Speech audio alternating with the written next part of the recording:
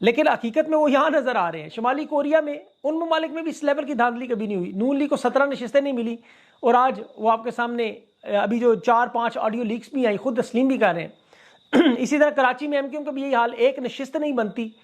تو اصل میں واقعی وہ فرعون کی باقیات تو ادھر موجود ہے, اور جس طرح کے مظالم ہیں وہ بھی آپ کے سامنے. آپ انٹرنیشنل اخبارات اٹھائیں, تمام میڈیا آؤٹ لیٹس اٹھائیں, پاکستان کے حوالے سے ایک ہی بات نظر آتی ہے, ظلم اور بربریت. جو اس احتجاج کو کور کر رہا ہے وہ یہی ہیڈ لائنز لگ رہی ہیں کہ دھاندلی زدہ ناجائز حکومت کے خلاف پاکستان کی بے بس عوام احتجاج کر رہی ہے.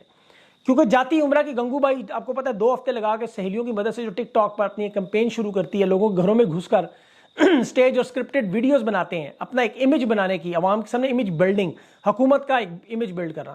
لیکن ذہنیت اور سوچ کی عکاسی آج وہی گلو بٹ کے دستوں نے جو باقاعدہ طور پر مسلح جتھے ہیں ان کے, جس طرح ارشد شریف کی شہادت, ذلت شاہ کی شہادت, یہ وہی سیم فریم آف مائنڈ.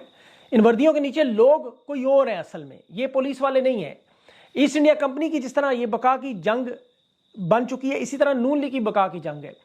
40 سال زبردستی کے اقتدار میں عوام کی سطح پر یہ لوگ بالکل ناکام اور بالکل آپ کو پتہ ہے کچھ ڈیلیور نہیں کر پائے. 40 سال سے حکومت میں یہ حالات, یہ ایک معیشت ہچکیاں لے رہی ہے. آخری سیاست میں یہ لوگ جس طرح خود ریٹائرمنٹ لے رہے ہیں ایک ایک کر کے, ان کی سیاست کا اختتام آپ کے سامنے ہے. اب اسٹیبلشمنٹ کا جو بڑا طاقتور گروہ وہ بلاول زرداری کو جو وزیر اعظم بنانا چاہتا ہے, وہ نون لیگ کو جو عوام کے دلوں میں سب سے پہلے ہی نفرت اور حقارت میں اس لیول تک ہے کہ اس پارٹی میں وہ مریم نواز کی شکل میں ایسے بلنڈر کروانا چاہتے ہیں جو ہوں گے جس طرح ماضی میں کاف لیگ. اب کاف لیگ کی تھوڑا سا بتاؤں آپ کو جو یاد نہیں ہے آپ کو, 2001 میں مشرف نے جس طرح انہیں بنایا تھا نون لیگ کے دڑوں میں توڑ کے, کاف لیگ کی اس وقت عوام میں جو حمایت تھی آج آپ دیکھ لیں. اس وقت مشرف کی ایک کتاب تھی ان دا لائن آف فائر, اس میں اس نے لکھا کہ نواز شریف کی جلا وطنی کے بعد ایک جماعت میں بنانا چاہتا تھا جو پیپلز پارٹی اور نون لیگ کا مقابلہ کرے. تو طارق عزیز اور چودھری شجاعت سے ملاقات ہوئی, جس طرح ان کی طاقتور لوگوں کی لندن منصوبے میں شرکت ہوئی. پھر 2002 میں کاف لیگ نے 342 میں 126 نشستیں لے لی, 27% ووٹ. اپنا وزیر اعظم بھی ظفر اللہ جمالی کو لگایا, آپ کو یاد ہوگا. ان کی اب خوش قسمتی کہ اس وقت اقتصادی حالت بہتر تھی, حکومت ٹیکنوکریسی چل گئی. 2008 میں زوال شروع ہوا, مقبولیت گرنا شروع ہوئی, صرف 49 نشستوں پہ رہ گئے. 2013 میں یہ قومی اسمبلی کی صرف 2 نشستوں پر رہ گئے, اور 2018 میں انہوں نے سیٹ ایڈجسٹمنٹ کی, اور آج 2023 میں آپ کو پتہ ہے کہ اکا دکا کوئی نشست مانگے تانگے کوئی نظر آ جائے تو آ جائے. ان کا مکمل خاتمہ. مسلم لیگ نون کا بھی یہی انجام آپ کو اگلے الیکشن مسئلہ ہے کہ میں دنیا ادھر کی دور سے میں آپ کو لکھ کے دیتا ہوں کہ پاکستان مسلم لیگ نون کے امیدوار اور جیتنے والے آپ کو یہ ڈھونڈنے سے نہیں ملیں گے ان کے ووٹ ڈالنے والے. پیپلز پارٹی صاحب پنجاب میں ذوالفقار علی بھٹو کھمبے کو ٹکٹ دیتا تھا, عوام میں دیکھ لیں پیپلز پارٹی فارغ ہوئی, اس کا نواسہ اسٹیبلشمنٹ کے سر پر ایک نشست جیت سکا. تو آنے والا دور صرف اور صرف پی ٹی آئی کا ہے, تحریک انصاف کا ہے. عوام نے صرف اس کو ووٹ دینے جو آج خان کے نظریے پر کھڑا ہے اور کھڑا رہے گا. بس اسٹیبلشمنٹ کا اب یہی پلان ہے کہ کسی طرح یہ کھیت تان کے 3 سال نکالیں اور دوسرا الیکشن نہ کروانا پڑے. قاضی فائز کے ذریعے یہ واردات پائے تکمیل لانے کی پوری کوشش ہوگی. آج سردار طارق مسعود بھی ریٹائر ہو گیا, کل 2 ججز انہوں نے اپنے راستے سے پہلے ہٹا دیے, اور قاضی فائز آپ کو پتہ ہے آئینی اعتبار سے اس کی توسیع شاید یہ نہ کر پائیں, کوشش پوری کریں گے, ورنہ اس کے بعد پھر جسٹس منصور شاہ پہ کام شروع ہو جائے گا. اور حقیقت یہ ایک جائے تو دوسرا اس سے بڑا سامنے آتا ہے. ماضی میں جس طرح ایوب خان گیا تو ضیاء الحق آیا, ضیاء الحق گیا تو مشرف آیا, مشرف گیا تو باجوہ آیا, تو باجوہ گیا, اب یہ سلسلہ وہی چلتا جا رہا ہے.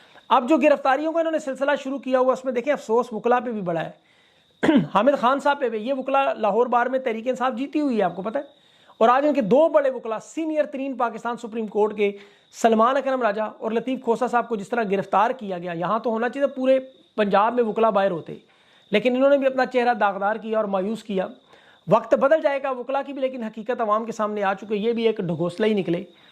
اب جو مفاہمت گروپ ہے, اب انہیں یہ بھی اندازہ ہو جائے گا آج کے احتجاج کے بعد کہ مفاہمت کی بات نہیں بن سکتی, آپ یہ اس قابل نہیں ہے. ابھی تو جو عوام کے ساتھ ہونا ہے وہ بھی آپ یاد رکھیے گا. یہ جو مہنگائی آ رہی ہے سبزیوں میں, کھانوں میں, کھانے پینے کی اشیاء میں, گوشت, انڈے, دال, چینی, ہر چیز کی قیمت میں 31% مزید اضافے کی خبریں ہیں. دیکھیں عام طور پر تو یہ اشیائی خورد و نوش کی قیمتوں میں 60% اضافہ ہوتا ہے جو رمضان سے پہلے شروع ہو جاتا ہے. اس دفعہ یہ 91% تک چلا جائے گا. یہ 50 روپے کلو بکنے والے جو آلو ہیں یہ آپ کو 80 روپے میں چلے جائیں گے. عام آدمی کھاتا ہے جو چھوٹی موٹی چیزیں جو روزمرہ افطاری نکالنے کے لیے, وہ بڑا مشکل ہو جائے گا. اور یہ وہ واردات کریں, میں آپ کو چھوٹی سی مثال دوں. دیکھیں پنجاب ایک بڑا صوبہ ہے, 12-13 کروڑ کی آبادی ہے. اب انہوں نے بجلی میں صرف 7 روپے کا یونٹ اضافہ کیا ہے, انہیں 63 ارب تو یہاں سے مل جائے گا. اور بدلے میں کیا کہہ رہے ہیں, 10 کلو آٹا وہ بھی پرانا خراب ترین, 2 کلو چینی, 2 کلو گھی, 800 سارا ملا ملک 2-2.5 ہزار روپے کا خرچہ, 70,000 گھرانوں کے نام پہ 14 ارب کا خرچہ ہوگا, اس میں بھی سارے ان کے اپنے لوگوں کو مل رہا ہے اس وقت. اور باقی جو پیسے بچیں گے وہ سارے کے سارے سرجریوں پر، گاڑیوں پر، اس کے لوٹ مار. اسی لیے عوام کو یہ سمجھنا ہوگا کہ آپ کی کھال سے آپ کی جوتیاں بنا کے آپ ہی کو ماری جائیں گی. اگر آپ لوگ کھڑے نہ ہوئے تو یہ تباہی اور بربادی جو ہے وہ آپ ہندوستان کو دیکھ لیں. اور میں ہندوستان کی بات اس لیے کرتا ہوں کہ ماضی میں ہم ہمیشہ ان کے ساتھ اپنا مقابلہ کرتے رہے، چاہے وہ کرکٹ ہو، چاہے واگا بارڈر پہ کس کی ٹانگ اونچی جاتی ہے، کس کی صحت کے معاملے پہ، معیشت کے معاملے پہ، خلا پہ جانے پہ، ہر جگہ ہم لوگ اپنے آپ کو ہندوستان سے کمپیئر کرتے تھے. آج ذرا تھوڑا سا کمپیئر کرنے کی کوشش کریں. یہاں یہ ماؤں بہنوں بیٹیوں کو فتح کر رہے تھے، ہندوستان آج $100 ارب کی یورپ کے ساتھ، جس میں ناروے، سوئٹزرلینڈ، ان کے ساتھ فری ٹریڈ ایگریمنٹ کر رہا ہے، یعنی بغیر روک ٹوک کے ہندوستان کا مال وہاں اور ان کا یہاں. اب 15 سال کا یہ معاہدہ ہے جس میں $100 ارب، ذرا سوچیں یہ پاکستان کا ٹوٹل قرض 130 ارب ہے. تو یہ صرف ان کی فری ٹریڈ 2 ملکوں کے ساتھ، یہ چند یورپ کے جو ملک ان کے ساتھ.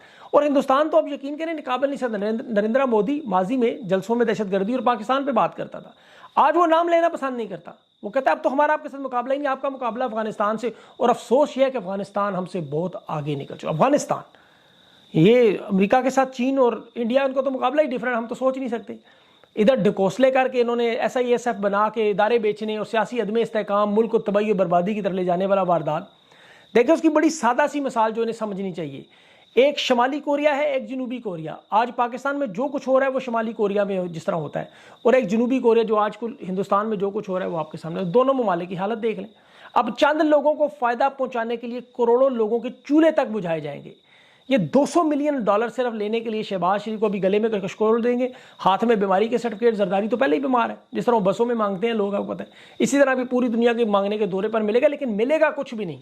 اس کی وجہ یہ ہے کہ وہ جانتے ہیں کہ یہ سعودی عرب اور چین کہہ چکے ہیں کہ یہاں سے ہمیں واپس نہیں مل سکتا، یہ بیڈ ڈیٹس کنٹری ہیں، قرضہ تباہ ہے یہاں. آج سعودی عرب اور چین اپنے پیسے نکال لیں تو پیچھے خزانے میں 9 مئی کے ترانے اور بیانیے کے علاوہ کچھ بھی نہیں بچتا. تو اس حالات میں سیاسی استحکام پہلے سے آپ کے سامنے ہے. ابھی خان کی رہائی کے لیے جو 23 مارچ کا جلسہ اور ملین مارچ جو عید کے بعد شروع ہو، اس کے بعد یہ کہاں جا سکتے ہیں؟ آپ کو پتہ ہے یہ احتجاج کا سلسلہ تو جاری رہے گا، تھوڑا رکے تھوڑا زیادہ ہو، لیکن معیشت نہیں چلے گی اس دوران. جتنا دباؤ سڑکوں پر ہوگا اس سے انویسٹر تو پہلے نہیں آ رہا، معیشت تو پہلے ہی تباہ برباد. ایسے میں یہ حکومت کس طرح چلائیں گے؟ اور حقیقت میں اگر تحریک انصاف کے سارے لوگ گھر بھی چلے جائیں اس وقت، کوئی احتجاج بھی نہ کریں، تب بھی یہ حکومت نہیں چلا سکتے. یہ حالات تو اتنے برے ہیں.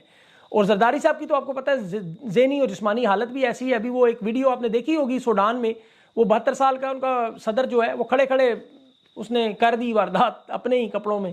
تو وہ ان کے حالات سب کے پتلے ہیں. شہباز شریف کے بھی حالات ہی ہیں، زرداری کے حالات بھی ہیں. یہ اپنے بچوں کی سیاست بچانا چاہتے تھے، اور اب اسی سیاست کو یہ ایسی بند گلی میں لے کے جا رہے ہیں کہ وہ آگے نہیں چلے گی. میں نے ابھی آپ کو مسلم لیگ کاف کی اسی لیے مثال دی کہ ان کا انجام ان کے سامنے. ایک بڑی جماعت بنائی گئی جس کے 127 پہنچے تھے اسمبلی میں، 127 لوگ، جبکہ تحریک انصاف 2/3 اکثریت لے کے بھی ابھی دیکھ رہے 93 لوگ ہیں. تو کاف لیگ اتنی بڑی جماعت آج حال کیا ہے؟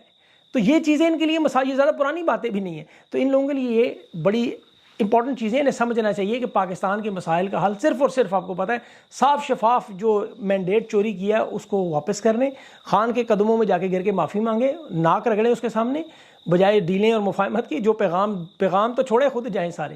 تو پھر ہو سکتا ہے وہ باہر آ کے لوگوں کو بتائے، یہ پھر خلیج بھی ختم ہو، پھر دنیا یہاں انویسٹمنٹ بھی شروع کرے. صرف اوورسیز پاکستانی اتنا پیسہ دے دیں گے آپ کو کوئی مانگنے کی ضرورت نہیں ہوگی، میں آپ کو گارنٹی دیتا ہوں. تو ان چیزوں کو اللہ کرے انہیں سمجھ آ جائے. اگلا میرا انٹرویو انشاءاللہ بڑا ہے، میں وہ ضرور چیک کیجیے گا. اپنا خیال رکھیں. مجھے اجازت دیں. اللہ حافظ.